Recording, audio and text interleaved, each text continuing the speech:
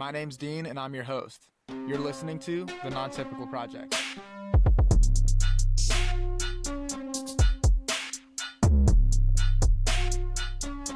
All right, let's do it. I got a solo episode for you guys today. I'm actually recording this one because I am not going to be in town next week. So at the time of recording right now, it is January 13th. So next week, all week long, I'll be in Vegas for SHOT Show. So I'm not going to be able to record, edit, post anything while I'm there. So because of that, I decided that due to some scheduling issues with some guests that I've got coming up, just we couldn't find a good time. So what I'm doing preemptively is recording this episode for you guys totally solo and getting this done. That way I don't miss a Friday. So this one's going to be coming out this upcoming Friday. And then I've got one more that's going to be recorded this week that I am saving for that week that I'll be in SHOT Show. And that one will go up that Friday that I'm leaving Vegas. So this actually worked out pretty good because I've been wanting to do a solo episode and get on with you guys and just kind of talk about some stuff throughout the season, how my season went, a little bit of a archery season recap, and also some of the stuff that I learned, some of the things I want to do better and kind of change in my game coming up. So first thing, we started off my season super early this year. So by that, I mean, I was probably scouting almost daily, starting in like June. So June time is probably when I started. So every year I kind of take my time after season and I'm still really involved. So like in Missouri, our season ends January 15th. So I start off, my scouting and my preparation for next year as soon as season ends of the current year. And by that, I mean, I'm out there, um, shed hunting. And when I'm shed hunting, I'm taking that opportunity to explore those areas that I know were major bedding, that I know were major high traffic points, areas that I maybe didn't want to disturb in season. Immediately after season, I don't care. I'm going in there. I'm gonna go look for sheds. I'm gonna go disturb the bedding. I'm gonna go in there and just be, I mean, basically be like a bird watcher, completely oblivious to what I'm doing, but not oblivious to, I guess, the pressure I'm putting on the area. But the way that I see that is, when season ends and I'm out there in late January, February, March, that's fine. You know what I mean? Like I'm out there and disturbing it and maybe kicking deer out of their beds and putting my ground scent everywhere in those high traffic areas. But the deer have months to recover from that pressure. So, they're already pressured. The bow season's been on. I'm going into these core areas, but they have months before I come back in there and try to hunt it to get reacquainted with their core areas. So I kind of throw caution to the wind a little bit at the end of season, and I don't just hang my stuff up. I don't put the boots up until July. I'm out there right away. And another big part of that is my turkey season. My turkey season is huge. I spent my turkey season this year. I went to a turkey camp with my friends, got a gobbler down. That was great.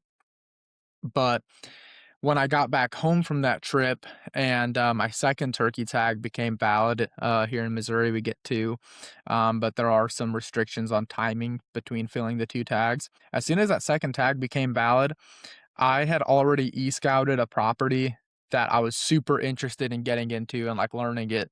And so I took that and used that second turkey tag as an excuse to just go explore this property. I didn't know if there were birds there. I didn't care if there were birds there. I wanted to go scout it for deer and see how the property laid out and what it looks like. And I actually ended up really liking what I saw. So that summer I spent a lot, and I mean a ton of time scouting this area. I was out there almost every day after work, looking for bucks, making the drive, glassing fields, hiking the property. I mean, just doing everything I could. And I ended up finding a handful of bucks that I was interested in. Really, really two bucks that I was really interested in. I found a few other decent ones, but there were two bucks I was super interested in trying to get on top of and trying to learn. Um, but those 2 bucks, man, they were super predictable all summer long. I knew where to be when I wanted to see those deer, and I knew what to do, and it felt like every time I went to that property, I had an encounter with them. But the biggest issue I kept running into, once season started was that it felt like they were always um, doing the opposite of what I had scouted all summer long. Everything that I learned about them in the summer, it felt like it completely flopped during season. And that's something I hadn't run into a ton, but I was able to kind of navigate it um, based on how I structured my summer. So while I did spend all this time scouting those deer and scouting that property that I found during turkey season and doing all this stuff, I told myself that I did not want to tie myself down to one property and spend all my time there. So when it was afforded to me throughout that June time, July time, I was basically dropping pins on the map on new properties, places I'd never been. That was probably the biggest focus was places I'd never been. Um, because I wanted to get something and get my hands on something that was completely new to me. That way, it kind of forces me to think about it a little bit more deeply. So, one of the properties I ended up finding, um, I went out there, scouted it for the first time. Basically, and by scouting it, this is what I mean. I went to the property and I just drove circles around it and drove down every road that leads to it, every road that leads around it, every parking lot, everything that I could access from the road. And all I did was drive. I never got out of the vehicle. All I did was drive. And I would drive and drive and drive and glass and glass and glass. And what I ended up doing was every road that leads around the property, I was dropping pins on Onyx for every single food source I could see from the road and what was planted there. Green for soybeans, yellow for corn, green for soybeans, yellow for corn. And I was doing that. That way, when I got back home, I could revisit that map and say, okay, this was corn, this was soybeans, this was corn, this was soybeans, and have all of the food plotted out there. What I did from there was, as it was getting later in the afternoon and I'm driving circles around this property, I ended up dropping pins on every buck I saw. And I didn't care if it was a big buck, if it was a little buck, what it was. Every buck I saw, I dropped a pin on the map in which field he was in, what food source was there, and just knowing everything that I could, just collecting all the data I could and dropping it on the map. I set a slightly different pin. I always use hot pink. It just catches my eye on the map, so I use hot pink. So anytime there was a big mature buck that I spotted in any of these fields that afternoon as they were coming out to feed, I was dropping hot pink pins. And that's basically me collecting my list of, okay, where's my highest concentration of mature bucks or big bucks that I'm seeing that I'd like to target? What food sources are they hitting? What fields are they frequenting? And I did that probably that time and one more time coming out to that property. And based off those pins and the footage I took of these deer while I was out there, I narrowed it down to another 2 target bucks on this property. And then I spent the remainder of my summer running cameras and getting food plots planted on some of the small permission properties I have. And by small permission properties, I mean all of them are like 12 acres or less. And those are properties I keep in my back pocket. I keep cameras on them. I try to plant food plots and do everything I can, set my mock scrapes on those small permission pieces, and I just see if anything comes through. Other than that, I leave them pretty much undisturbed. And I ended up getting one more target buck on one of those permission properties. So at this point, I have 5 target bucks. The reason I did this and went through all that effort was because I came up with that number when season ended the last year. I told myself going into next season, I need to have 5 target bucks. No matter what, I've got to have 5 target bucks. And a big part of that was I knew that I didn't want to get too tangled up in a dance with one buck in particular unless he was really worth it. I mean, it would have had to take a real giant, something crazy. 175 plus is what it would have taken for me to say I'm going to drop everything this season and chase this one singular deer and nothing else. I intentionally wanted 5 different mature bucks to be found and to try to keep tabs on them and to scout them because I wanted to have a plan B and a plan C and a plan D and just switch bucks if for whatever reason I screwed something up. I blew a buck out of an area. I completely ruined a hunt. Maybe he changes patterns on me, whatever it was. I wanted to have a different deer that I already knew existed in the area, that I already knew was there, that I already had data on to flip over to. So that was the goal. The secondary goal for me this year was to punch my tag in the first week or two of season.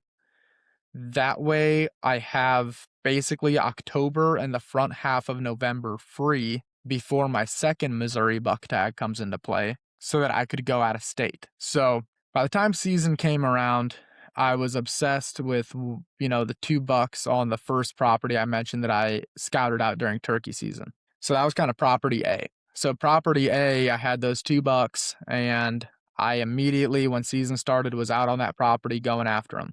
And like I'd mentioned earlier, it felt like every time I went out there, they were doing the opposite of what I had observed previously. And I just couldn't wrap my head around it at all. Like it was driving me nuts to the point that I was, I guess, a week into season. Season started September 15th. I mean, probably by like the 22nd, I was up to my ears. And that sounds crazy to say, but when you're going out there every day, you're working your job. I work a full-time job. I don't, unfortunately, I don't hunt for a living, as cool as that would be. Um, so I work a full-time job. And so I get off of work, I com I hoof it out to this property. I'm keeping my change of clothes in the truck, getting geared up, running out there, and we had a brutally hot early season. I mean, it was 90 degrees. Mosquitoes were lighting me up. They were taking my thermocell and passing it around and puffing it. It was horrible. And I was lit up so bad. I mean, I looked like I had welts all over me. So these were some pretty miserable sits, in all honesty. And I love deer hunting. I love chasing whitetails, but these were some pretty miserable sits. And I just, for the life of me, couldn't get in front of these 2 bucks. They always seemed to be a step ahead of me. Even when I noticed they were doing the opposite of what I thought they were going to, I tried to kind of redirect and correct my course a little bit, and it just wasn't working out. And this property, the way it lays out, is that there's almost no significant topographical features, and the property itself is a jungle. It's not maintained. There isn't like logging paths or something like that. It's a jungle. Most of the foliage in that property is chest high or taller. Um, there were times to get to certain areas I wanted to get to that I'm 6'1", 6'2", maybe somewhere in there, and the foliage is over my head. So I'm walking through a Q-tip box, just a bright green Q-tip box. I mean, covered in pollen. I've got horrible seasonal allergies. I was eating Claritin like nobody's business, and my eyes are watered up. I'm coughing, into my jacket, trying to suppress the sound of it, trying to get through this stuff. I mean, covered in, it looks like somebody painted me yellow. And I'm going through this head high stuff, and it's so thick that it's like physically exhausting on my legs and on my body to keep pushing through this stuff. Um, and then I get to, a tree I picked out, or, somewhere where I thought I could get kind of a vantage point. And by the time I get higher than like 10 foot in the tree, these are river bottom trees. Like this is river bottom, um, terrain. It's river bottom terrain. And so by the time I get to about 8 foot in this tree, and remember, this foliage is over my head, so I've got to get high to see down into it.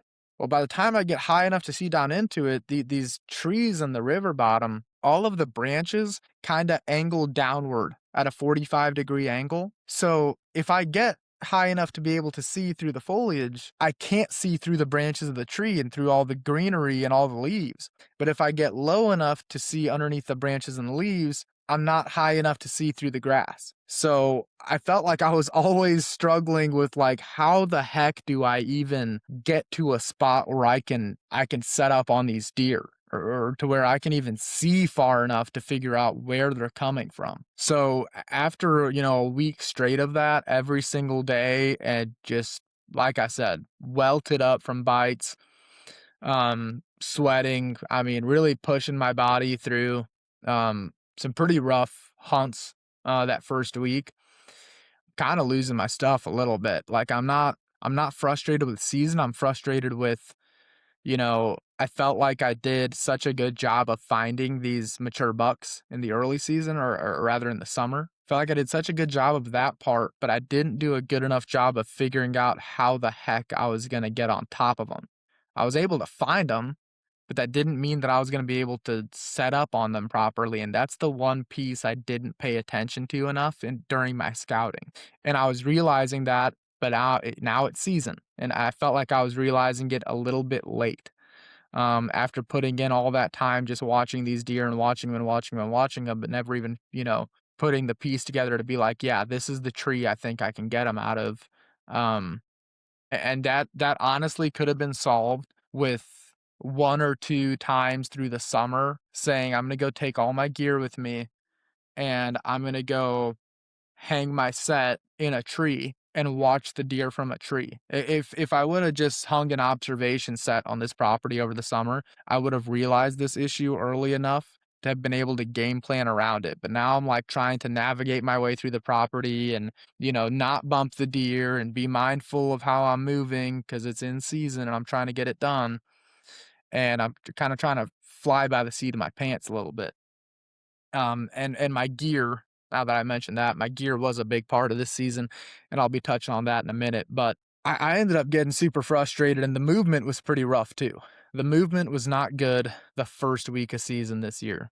It felt like you were seeing a couple deer move around before dark, but it was mainly younger deer, does with fawns, stuff like that. I wasn't seeing the mature bucks on their feet really until like the last, I mean, gosh, it felt like the last 5 minutes of light. I'd see one get up or something, but I wouldn't see a ton of movement before that. And I've got a group chat with my friends, and we're all talking about how the season's going those first couple of days, what everybody's seeing, and I'm getting the same kind of report back. It felt like everybody had the same story. Like, yeah, you know, we're not seeing the bucks moving. We're not seeing them on their feet. Seems like movement really stinks.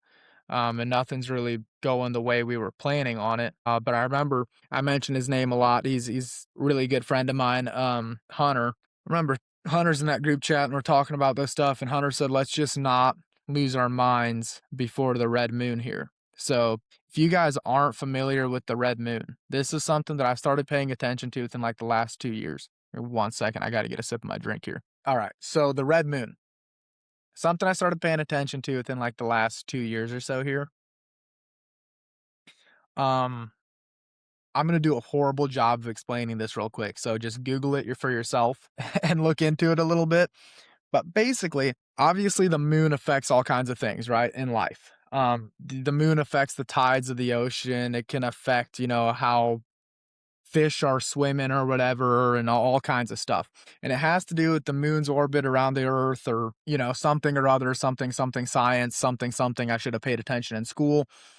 And basically the moon will get closer to earth at certain times and farther from earth at certain times and be in different positions and all that stuff. Well, one of these moon phases is referred to as the red moon. And it happens maybe once a month, maybe twice a month, depending on the month and depending on science, something should have paid attention in school. And I'd never been one to be really huge on moon phases in hunting up until the last 2 years. And last 2 years when I started paying attention to this, there's an app out there. It is called the Moon Guide. And I'm going to check on this like real quick while I'm talking to you guys about it. Yeah, so the app's called Moon Guide. All right. And this app's developed by, it looks like Adam Hayes. Hope I said that right. Hope that's his name. I just looked at the little signature thing on the About Us page.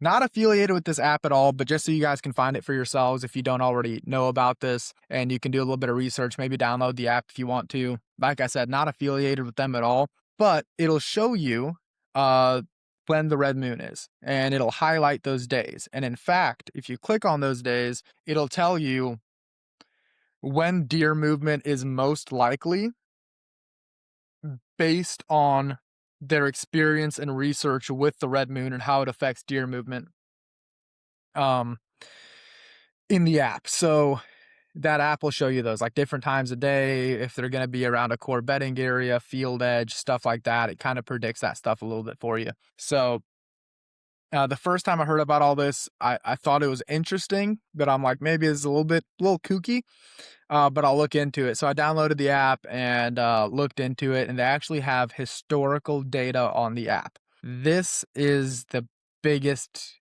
ticket here that I would like challenge you guys to go look into. You can go through past months, past years, and see when the red moon was during those times. So the way that I justified this to myself of whether or not I was going to pay attention to it was in Missouri, we have the Mo Hunting app, and that keeps all your tags on it, all your licenses, shows you all the seasons, but it also has your telecheck history. And your telecheck history is all the tags you've ever punched in the state of Missouri.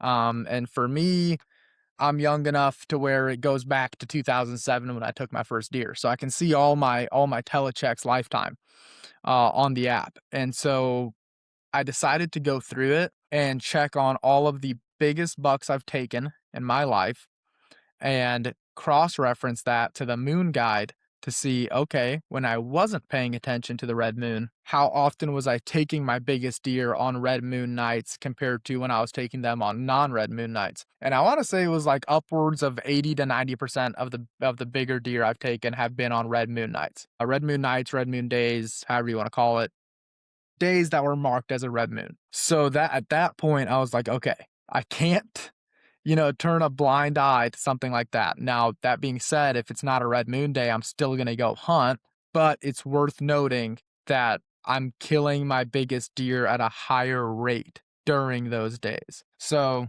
when Hunter mentioned the group chat, he's like, let's just not lose our minds before the red moon here. So I was going into the next weekend and I'm like, all right, let's see what it's about. So the rest of that week, I kept hunting property A and kept chasing after those 2 bucks. Wasn't working out, wasn't working out. And we get to Friday. Friday, I hunt that afternoon again and no dice. So I pack my bags, pack up all my stuff, pack my bow in, and I say in the morning, about 3 a.m., I'm hopping in the truck and I'm driving out to property B. And property B is the one that I spent my time driving around in circles and circles and circles and marking all the fields and marking all the bucks and all that stuff. And I knew I had 2 other target bucks on this property.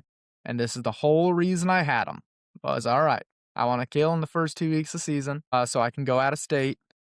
And so first 2 bucks are giving me trouble. I need a change of scenery. I want to get the heck out of this jungle that I've been in. So we're going to go to this other property. We're going to go to property B. So I get out to property B that morning. And the first thing I told myself when I got there was, don't want to walk in blind. I don't have a tree picked out. I have the areas picked out. But again, I knew already from my experience at this property A that I made the mistake this summer of finding the bucks, but not figuring out what trees I can get in or what points I can get to around them to make it happen. So when I got to that property, I said, okay, I'm going to go ahead and stay in the truck this morning, and I'm gonna go ahead and circle this property around and check it out and do what I can to glass deer and see if I can spot any leaving. So I circled the property around. I saw a few deer, saw some bucks, and by about middle morning, I'd say 10 a.m., 11 a.m., I was like, okay, I'm gonna park it up here where I saw one of my target bucks over the summer, and I'm gonna go walk the backside of this field that I saw him in. It was a soybean field. Like, I'm gonna walk the backside of the soybean field. I think he's bedding right behind it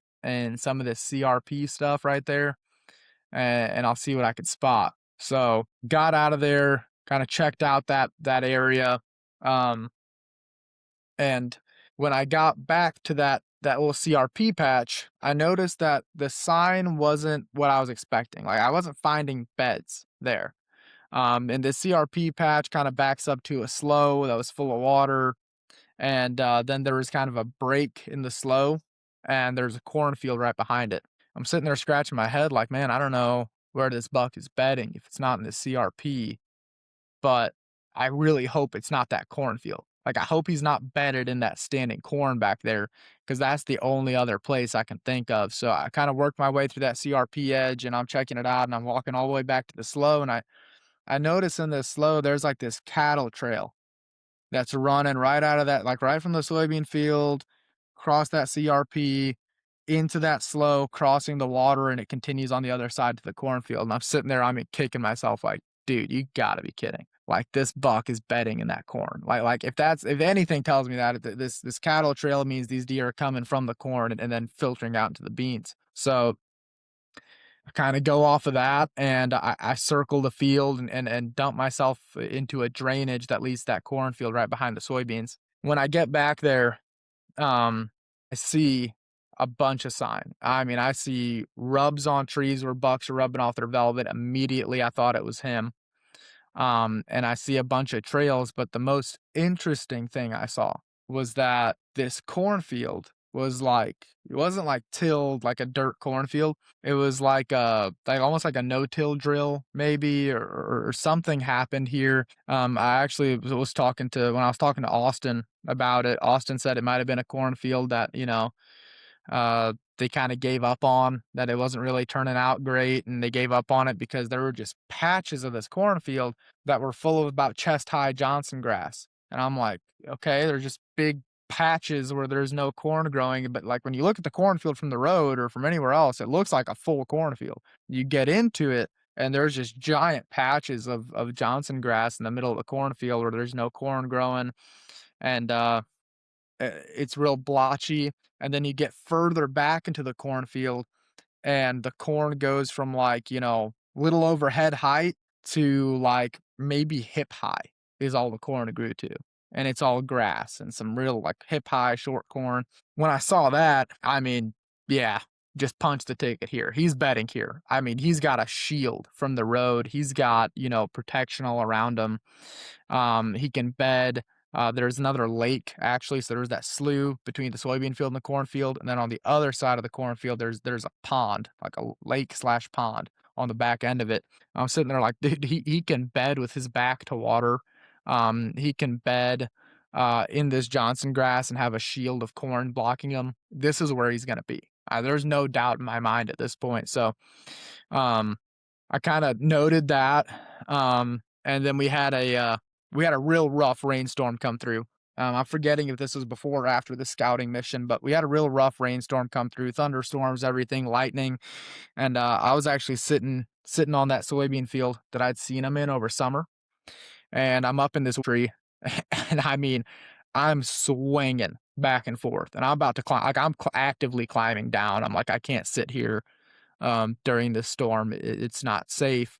And as I'm doing that, I saw that buck. I saw that buck in the middle of that storm walking through that soybean field. I couldn't believe my eyes. He was about 200 some odd yards, and I debated climbing down and stalking him because I knew that the wind and the rain and the lightning and everything was going to be distracting enough that I could maybe put a move on him. But he worked his way out of the field and got out of there. So, but it was after that I went through and I found this bedding. So kind of fast forward back to that.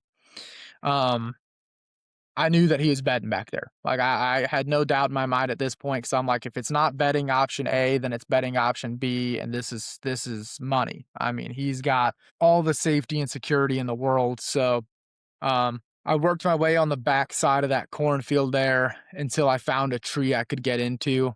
And I probably got to about 34, 35 feet in this tree, something like that. Where I could be high enough to see over some of the thicker corn in the back or in the front, and also low enough to make a good shot, because again, this tree had some kind of 45-degree angle branches, but there was one pocket I could get into to about 35 feet. If I would have gone any higher, I would have lost shot opportunities from the branches. So I stayed right around there. And I was high enough to see through most of the corn, and then the patch I was looking at itself was one of those patches where the corn got real short. The grass was about stomach to chest high, and I figured if he was using that field to bed, he was going to be crossing through right there, or even bedding right about there where I was facing in that tree. And I put that pond that I mentioned to my back. Big part of the reason I did this. Number one, it was the best tree available. I'll be honest. That was the best tree available. Number two, I knew that water would help draw my thermals a little bit. That way I had one less thing to worry about. And when I got that set hung midday that day, it should have been Saturday. When I got that set hung, I told myself, like, This is where I think he's bedding, and I think he might be in here somewhere right now.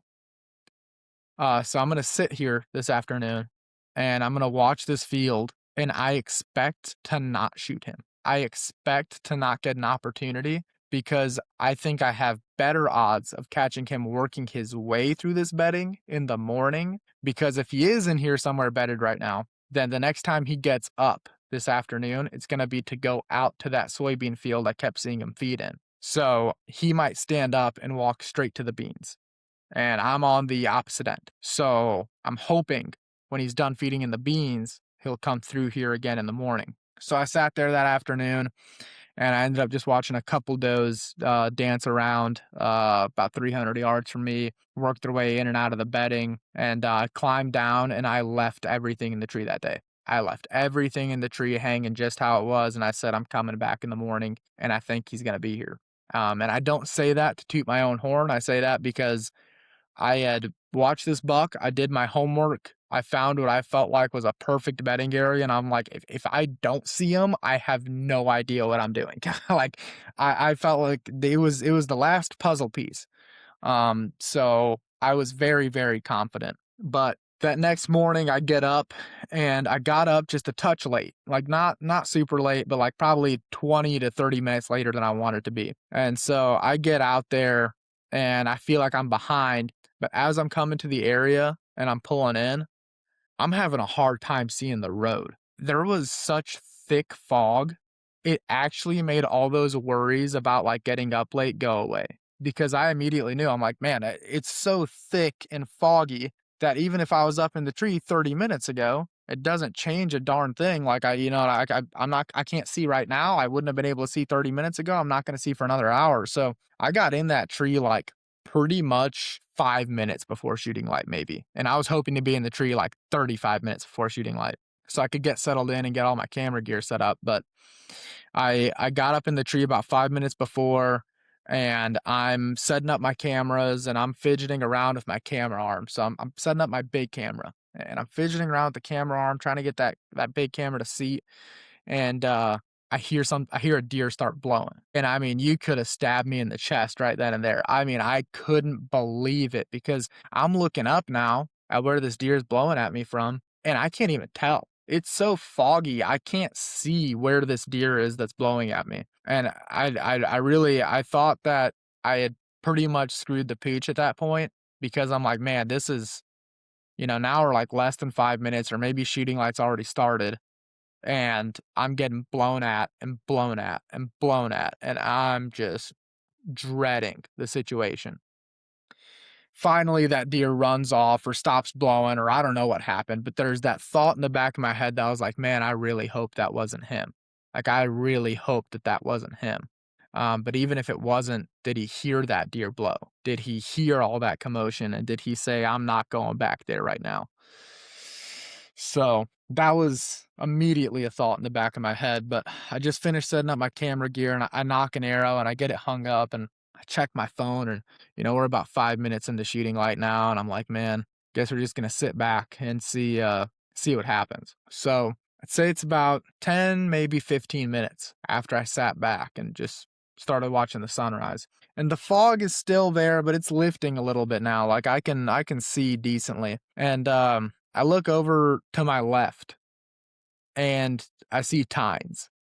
And then my heart didn't get to thumping, because I could tell right away it wasn't the buck I was after. This is a younger buck. But he looked like a decent 8 or 9 point, and he was strutting his stuff coming through that corn, and coming out into that opening with that Johnson grass, that big kind of open patch where no corn grew, and there was maybe some short stalks, and see him working his way. So I grab a hold of my camera arm, and I spin the big camera over to him, and I flick it on, and I bury my eye down in the camera to try to make sure that the focus is perfect and the lighting is perfect. So I'm like, man, I'm already out here, I might as well get some nice footage of this buck that's coming through, and just kind of enjoy this, and get some good footage of him. So my face is buried in that camera, and I'm making the lighting perfect, and he's perfectly in focus, and I'm trying to get this footage of him. And I peel my head back from that camera for just a second, because I'm looking at it, I'm like, the lighting looks good on my display screen, it looks good through my viewfinder in the camera,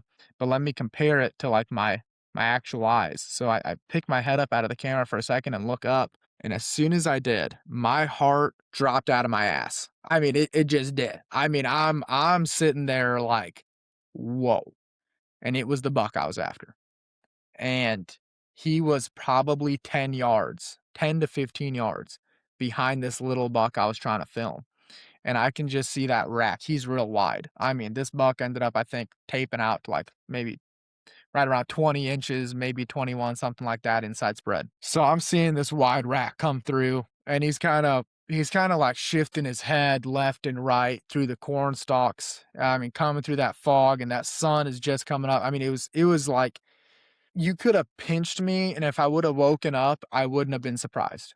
It was picture perfect. And this buck comes through there, and I immediately say, to myself, like, my camera's already in perfect focus. The spot that little buck was in on this trail through the corn and through the Johnson grass is right on the same trail this buck's about to take. So my camera's already on there. It's in focus. Everything's perfect. So all I got to do now is turn on my GoPro and grab my bow and get ready.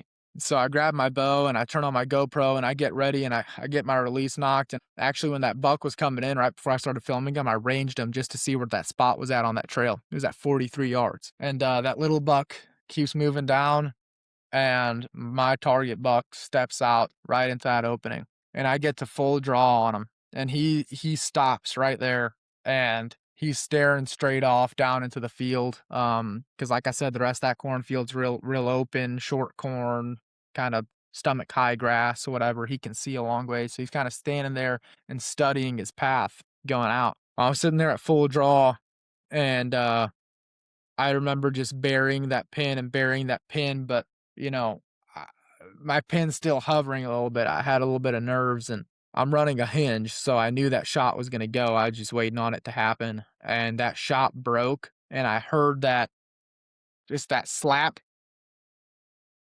and I saw him jump, and I saw blood immediately come out of his sides. I got to pass through. I hit him, and he's hopping now. He's not running fast, but he just took like maybe 3, 4 hops and he stops right there. And I look at him for just a split second, and in my head, I'm like, that looks a little back. Like that shot looks a little back, and not by much. I'm in the rib cage, but it looks like I should have been 1 or 2 ribs further forward. So immediately I'm not, you could see it in the GoPro footage. I'm not even happy. I'm not getting excited. I immediately like face is blank, expression is blank. I'm just reaching towards my quiver that's in my backpack for another arrow. And I grab it and I look down at the camera to like kind of swipe it over to him to try to get a second shot on him. And as soon as I did, I realized that that whole time that I was trying to get the perfect focus and perfect lighting on that little buck, I was waiting to hit record until it was in perfect focus and perfect lighting and everything. So I had this camera sitting on the biggest public land buck of my life, in focus, everything good to go. Camera's on, GoPro's on, I'm ready, he's there. And I never hit the record button. And this is seconds that this is all happening in. And I immediately like something like something felt wrong. Like it just felt wrong about the situation as soon as I noticed. And I hit the record button, and I swing the camera over, and I'm like, I think it's on him, but I can't tell because now he's taking a few more steps and he's kind of in the corn a little bit. And I'm like, I didn't get the first shot on camera. I don't care if the second one is. I have an arrow in this buck. I need to get another one in him while I have the chance. So I range him, and he's in that corn a little bit now, and he's at 73 yards or maybe 74, something like that. So I dial my sight back. I think it was 73. I think he covered exactly 30 yards before he stopped again. And I knock another arrow and I draw back. I break my shot and I hear it. I hear it hit a corn stalk or two. I hear it tick, tick, tick, but I heard a whack again. So I knew I had a second arrow in him. And at this point, he jumps and he gets out of the cornfield and he gets to the edge and he gets to the back end of that slough that I was telling you guys about right by that soybean field. And I see him kind of walk into the slough back there and kind of away from the corn towards the timber that connected to the slough. And then I lost sight of him. And I again never got excited, never got happy. I was happy my plan came together, but at this point, I'm making my phone calls and texting the people I usually let know when I get a deer down, and I'm telling them like, I just shot the biggest public land buck of my life, but I'm scared to death I made a bad shot on him.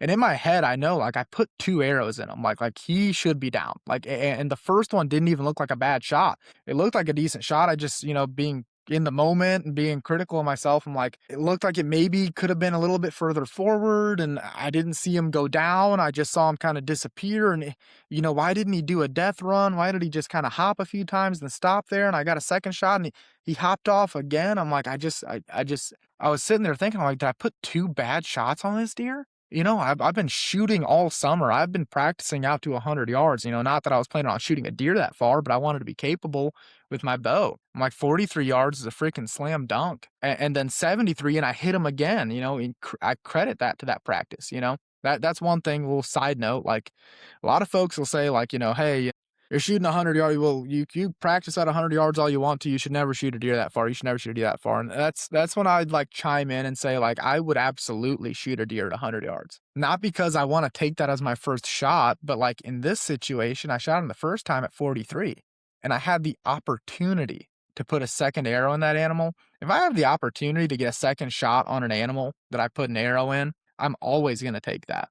If I can put that animal down faster, if I can, get them on the ground faster, I think that's the more ethical thing to do, rather than sit back and be like, "Oh, well, I can't hit them at 70 anyways." Well, that's why I practiced that far, because if I didn't, my hands would have been tied. I would have had the opportunity to put a follow-up shot on an animal to make sure that they're being put down quickly and ethically, but I just didn't practice my gear enough to be able to do so. So that's part of the reason there, but I digress.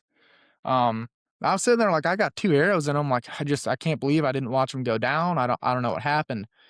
And after talking to a couple of my buddies and talking to a few folks, I immediately called a dog tracker I knew, and I'm like, "Man, just in case, please, let me know if you can make it out here tonight, and I'll take care of you and get you paid and do all that stuff, but I might need you."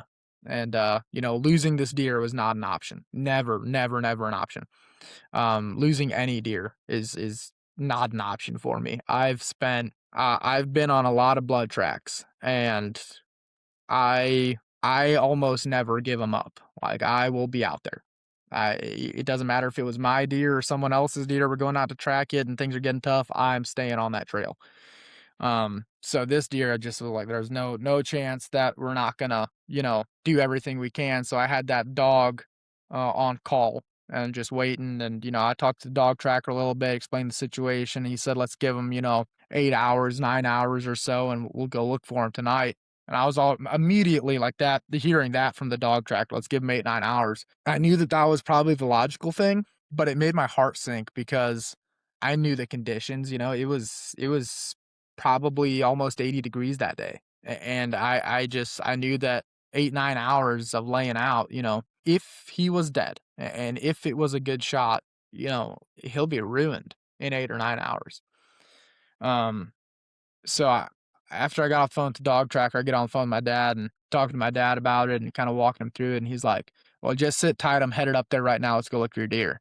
And I was like, "No, no, no, no, no." I'm like, let's not do that. Like, we got to give him a few hours. At least he's like, "Listen, it's gonna take me a few hours to get there." And by a few hours, I mean it was gonna take him about maybe an hour and a half. It wasn't gonna take him that long, but maybe an hour and a half, 2 hours. He's like, just walk out, get some water. When I get there, let's go look for him. I'm like, all right. So he gets here and he's like, let's just go find your arrow and see what we can figure out. So we get out there, we find my arrow, and it's got pretty good blood on it. It doesn't stink too bad, nothing like that. So that was a little bit of a confidence boost right away. And as soon as we found my arrow, there's blood splattered through that grass, and I told him I could see that deer bleeding pretty good after the shot. So we get into the corn stalks a little bit, and some of those corn stalks are painted up pretty good, red. And we keep going, and we get to about where I thought I would have shot him the second time. And then I knew it's where I shot him the second time because it looked like you took a spray can to the corn stalks around it. I mean, it was dripping in blood. And He's like, "It looks pretty good to me." Like, "You wanna keep going?" And I'm like, "As long as we got blood, let's just keep going. Let's just go slow and go quiet, because I'm still thinking these might have been bad shots. Maybe he didn't, maybe he's still alive. I don't know." So we just kinda keep working our way and working our way and working our way, and we get to the slope, and we see blood in the mud right there, and then we look across it and we can see blood on the other side of the bank in the mud. So I'm like, okay, he crossed the water here. It's only about shin deep. We got boots on. I'm like, okay, let's go ahead and cross it. So we cross it and we see blood on the bank immediately, but then the blood kind of pauses and there's a left leading trail and a right leading trail. And I'm like, "Man, I don't know which way he went." So my dad takes the left side and I take the right side, and we're walking through that mud and getting out there, and it opens up into that second CRP field. Actually, the first CRP field that I was telling you guys was right on the back end of those soybeans, the first bedding area that I thought he was using. And it leads to that. And I'm still holding the right end, my dad's still holding the left end, and, there's that CRP grass, and there's also these kinda like honeysuckle bushes everywhere, so he disappears to the left into some honeysuckle bushes, and, I mean, I think it was, like, maybe 35, 45 seconds later, I just hear him yell, he's right here," and I'm like, "Oh my god," I'm like, "Did he jump up? Is he alive?" And he's like, "No, he's down." And man, I crawled through that honeysuckle, and I popped out into this little opening in that field, and he's laying up there, and I can just see his tines. I see his main beam, curved up over the grass and sticking out there. And I mean, all those moments where I felt that little bit of worry, like that after that first shot, after seeing my camera wasn't recording, after all that stuff, like all those moments where I didn't allow myself to get excited, it all just came out at once. And I mean, I'm sitting there, me and my dad are high fiving, hugging. I go put my hands on him, and as soon as I do, and I go to pick his head up, he's already stiff. I mean, he didn't make it but across that slough and into that field, and he tipped over. He must have been down within, like, 2 to 3 minutes of a shot. So, that whole time where I'm sitting there like, "Oh, man, we might have to give him 8 hours, we might have to do this and that." He'd been down, and I mean, he'd been down for a while. I mean, from the time of the shot to the time we found him, maybe only 2 hours had passed, and he was already getting stiff. So it was it was super reassuring, and I mean, it was so awesome to get to share that track with my dad, and to do all the stuff that we did, and get him drug out, and, kinda spend that time, with this deer that ended up being the biggest public land buck I'd ever taken, to date. So it was really just outside of the filming mishaps, um, probably one of my best hunts I'd ever had. And for multiple reasons, I felt like I was extremely efficient on that hunt. I'd only sat that property 3 times before I had a buck down. I picked this buck out. He was one of my target bucks, one of the original 5 I picked out over the summer, and it was just kind of got out there and execute, execute, execute, and got it done. And so it felt incredible to have that plan come through, and for it to go the way that it did. And, upon recovery, realized that the shots were not as bad as I thought they were at first at all. They were good enough to do the job and get it done pretty quick. Um, and so I was super relieved about that as well. Get another sip of my drink here. But that was September 28th. And if you remember that whole red moon thing I was mentioning, that was the first day, the first red moon we had of the Missouri season, September 28th. That was the first red moon we had. So, like I said, if you want to check it out for yourself, highly recommend checking out that Moon Guide app and just seeing if it maybe rings true to you. Look at the historical data, look at the other deer you've taken, look at the days you took them on, and see if it lines up with the red moon. I think it'll surprise you.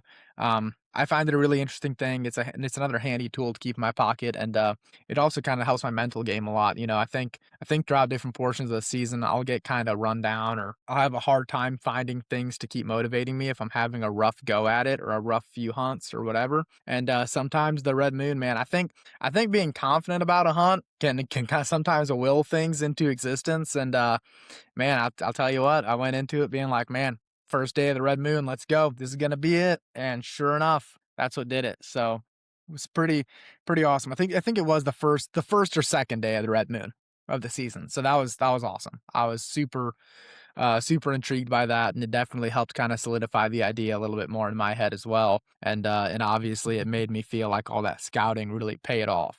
Um, and so now it's September 28th, and I filled my Missouri tag, and I'm out of the game until rifle season. So rifle season, I hunt that with archery equipment. I hunt that with a bow in Missouri.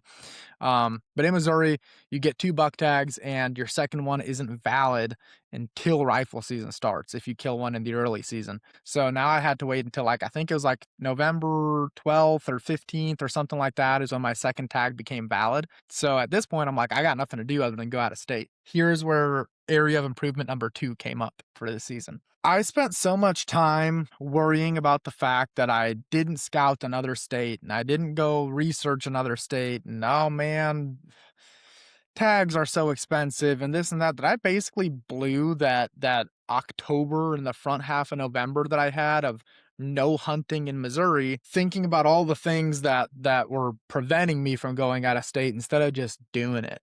And I could have just bought an Illinois tag and gone to Illinois. I could have bought, any other over the counter tag in the country and tried to make something happen, but I almost kept talking myself out of it. I've never hunted out of state before.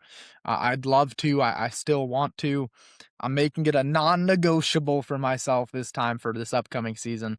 But I just spent so much time during that October, November timeframe being like, well, I don't know which state to go to.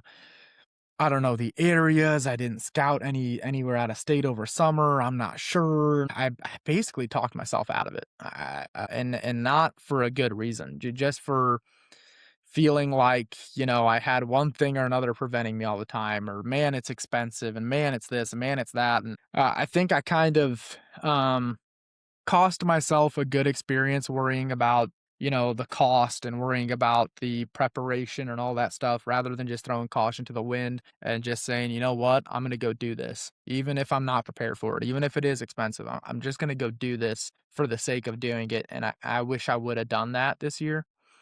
Um, but I see it as a lesson learned going into this next season. That's why I'm saying I'm making a non-negotiable for myself because um, the only thing that stopped me from going was me, and I don't want that to be the case for this next season. So I definitely kind of kept that in mind, or I'm gonna keep that in mind going into this next season.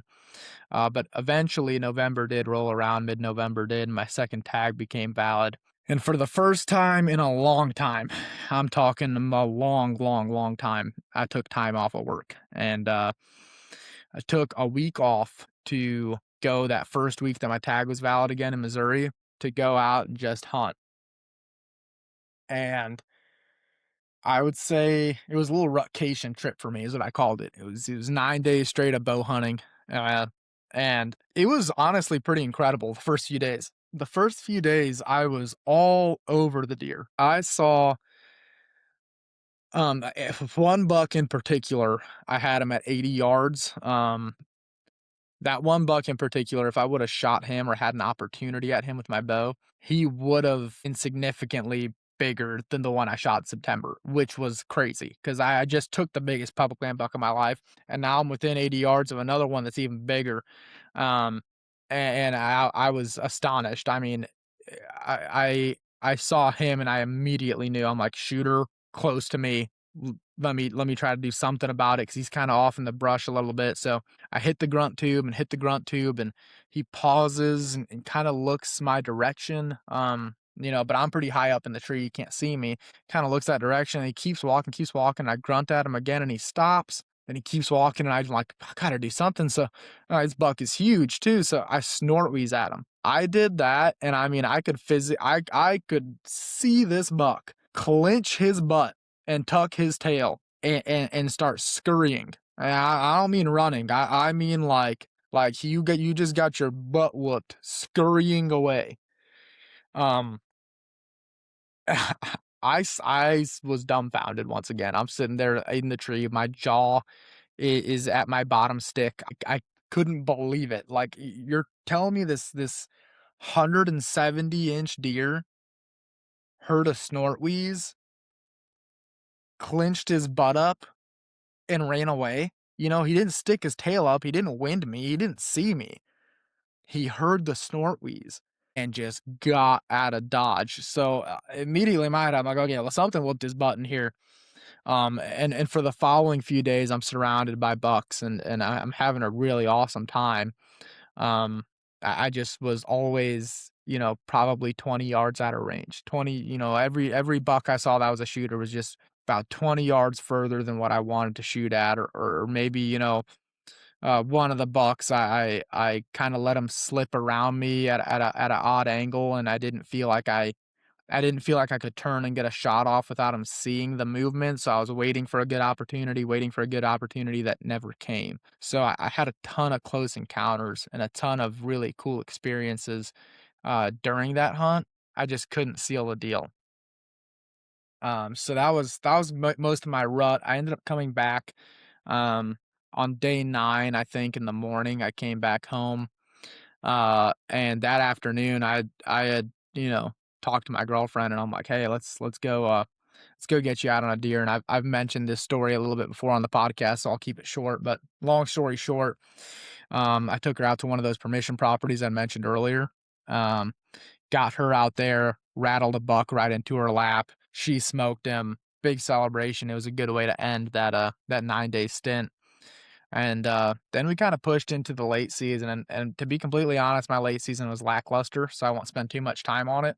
Uh, I had some deer around. I had some bucks that I was after, but man, we had some horrible weather here, and I'm not trying to use that as an excuse, but I mean, it was like 5 degrees one day and 65 the next, and then we had like multiple weeks in a row where it was 65 degrees and 65 degrees, and it really didn't motivate those deer at all to do anything. I ended up spending the last weekend of my season because I was kind of fed up with it. Spent the last weekend of my season getting behind the camera instead of hunting myself. I went out, met up with Hunter. We went out to go chase after a buck he'd been on. That buck ended up not showing either. We sat there for 2 days on him, and he didn't end up showing face. But we did get a doe down together, filmed that, and we had a good time. But it was, and we saw a ton of deer actually, but we just didn't see the one that he was after. So that's kind of how my season ended. And all in all, some really awesome experiences and in a really great season. And even though I only did fill the one tag, it was on my biggest public land buck to date. So I have no complaints at all. I'm incredibly proud of that buck, incredibly proud of the season, but I do think I do have those few areas where I think I could have really improved, and a couple of those things I should have done a lot better. But that being said, like I mentioned, I did want to get into the gear I've been using this season a little bit and kind of how that affected how I hunted and what I was doing this year. So, a couple pieces of gear. Number one that I upgraded. I went from, and again, I'm not affiliated with any of these companies. Maybe one day, but as of right now, I'm not affiliated with these companies. So this is just stuff that I genuinely use, genuinely believe in. Paid for it out of my pocket, all of it. Don't have any freebies. So piece of gear number one, I needed a new saddle, like bad. Like the saddle I was using previously, it just wasn't working for me. I was getting a ton of hip pinch. I have some lower back issues, so it doesn't take a lot to get me super uncomfortable, in a saddle. Like if I feel, like I'm getting hip pinch and I'm kinda leaned back, eventually my lower back will start giving out and I'm straining a ton. So, I ended up going with the Latitude Method 3 this year, and I can say this with 100% confidence, that is the most comfortable saddle I've ever sat in my life. I have been basically, you can cinch that up to where it's basically, you have two cords on either side, and it'll cinch up, and it'll act as a single panel, and then if you drop those 2 cords down and pull back on them, it'll drop down into a double panel. And I basically keep it cinched up when I'm hiking through the woods, when I'm going anywhere, doing my thing, and then once I get in the tree and I'm all set up and ready to get comfortable, I'll drop it down into the, double panel and sit back like that, and that actually helped me out, uh, on every single sit this year. I was able to get super comfortable, able to sit back, able to sit in the tree longer, and not worry about my back. The one thing that I would say about the Method 3 is that I think going into next season, I'm going to continue using the Method 3, but it's gonna be in October, maybe November through January saddle. Um, The reason I say that is it's super comfortable, but it is padded, it is pretty thick. So I did run into the situation a few times in like September when we were having those 80, 90 degrees days where boy, my butt, the amount of sweat that came off my backside, I could have filled a kiddie pool. And I know that's gross, but it is what it is. I mean, it's 90 degrees and that thing is baking me. You know, it's just it's thick, it's padded, it's comfy, but oh my gosh, it retains a heat. So that was the one thing that I did have about the Method 3 for this season and in the early season. But I think I'd rather use something like the Mavic or the Lone Star. But I would run those just based on the sole fact that they're kind of mesh, they're thin, they're ventilated. I'll be able to kind of cool down a little bit more. But the Method 3, man, especially in October, November, December, January, during that part of season, it actually for the same reasons kept me a little bit warmer. Like, you know, my lower back and my backside never felt cold. Never felt cold. I had that padding on there. I was able to sit back, be super comfortable. I never felt like I was gonna call a hunt early because I'm getting hip pinch or I'm feeling uncomfortable or whatever else. My back's hurting, which was awesome.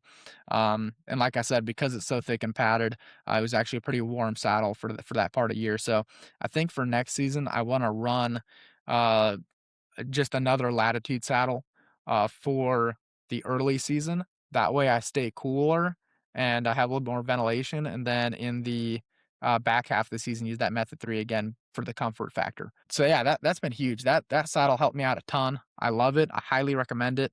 Like I said, not affiliated with Latitude at all, but man, I really enjoyed using their gear this year. And the flip side to that is, don't mean to get on a soapbox here and to, you know, uh,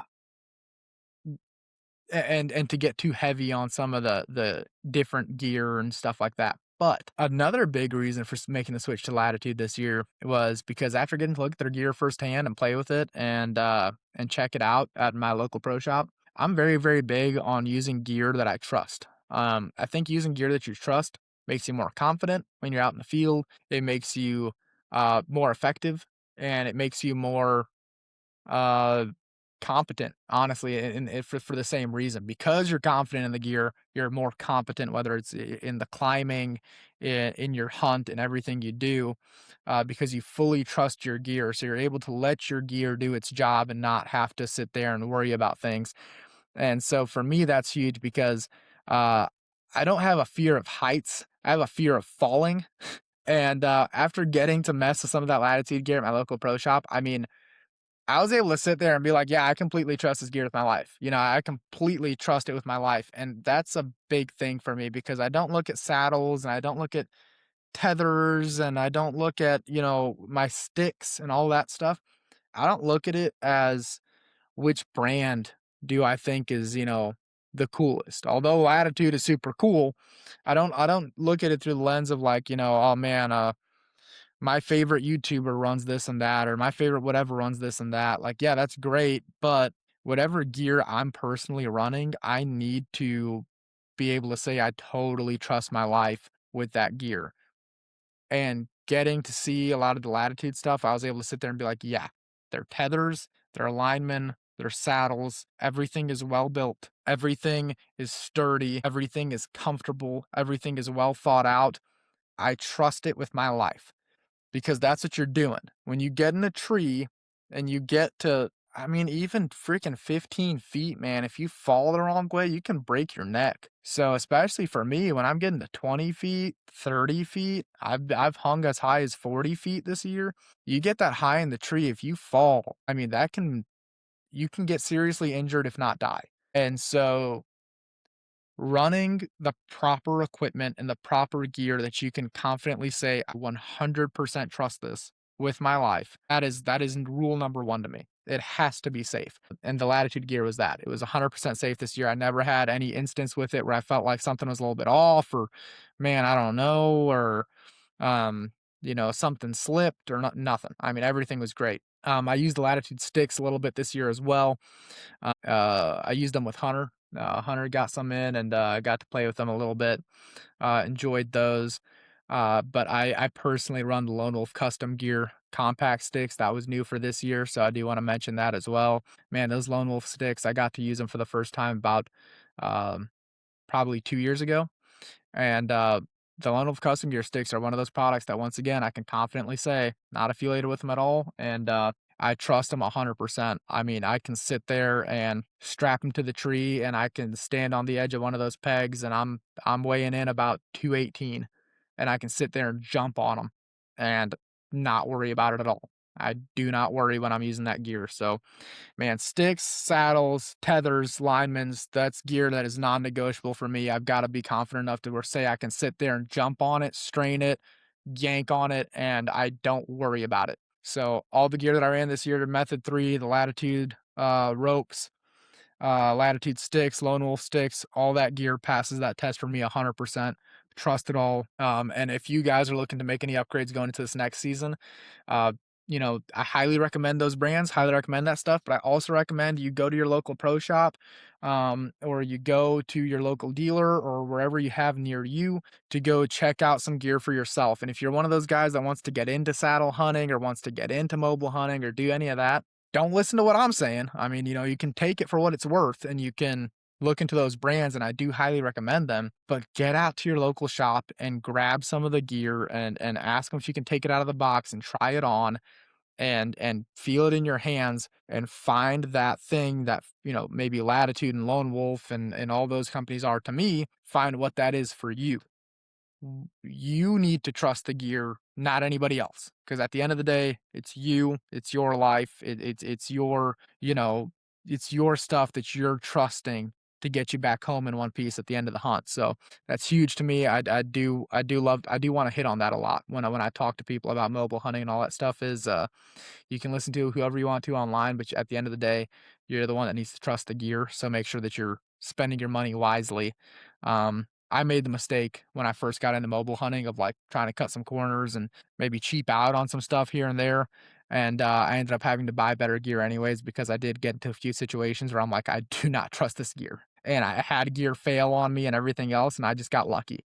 So it's not worth it. It's 100% worth buying. When you're talking about even if you're buying a tree stand, man, even if you're not mobile hunting, you're just buying a hang on tree stand, man, don't cheap out on it. I've done it. I've bought freaking marketplace deals on what look like 20-year-old hang on tree stands, and it's just not worth it, man. It's not worth those couple bucks saved. It really isn't. It takes one mistake to put you in a bad spot. So I'm a big proponent of buy once, cry once when it comes to this stuff. You can cheap out on everything else, man. Buy yourself a cheap bow, buy some cheap arrows, buy cheap broadheads, whatever you got to do. But if you're getting up in a tree and you're getting up in elevation, don't cheap out on that. You're playing with injury or your life, so don't do that. But I'll leave that alone and let's talk about my pack a little bit. I'm running the Latitude Ranger 22. Once again, another product from Latitude that I've been blown away with. That pack has been awesome to me. It fits everything I need it to. I honestly could probably downgrade, or not downgrade, but like go down a size from the Ranger 22 to the Ranger 11 now because I've kind of compacted my setup a little bit. Um, but those Ranger packs are kick ass. I mean, they're very, very well thought out. I actually strap my climbing sticks. There's two straps and buckles on the bottom of the pack that would sit on the ground if you were to set it down. And I strap my sticks to that. I strap my platform into the front of the pack, and then inside the pack, I keep my camera arm and my camera arm's base, my camera, my GoPro. Man, I keep freaking dude wipes in there because that is mandatory for me if I have a coffee on my way into the woods. I'm cycling out new fresh packages of dude wipes every time, just the mini packs. Don't worry about it.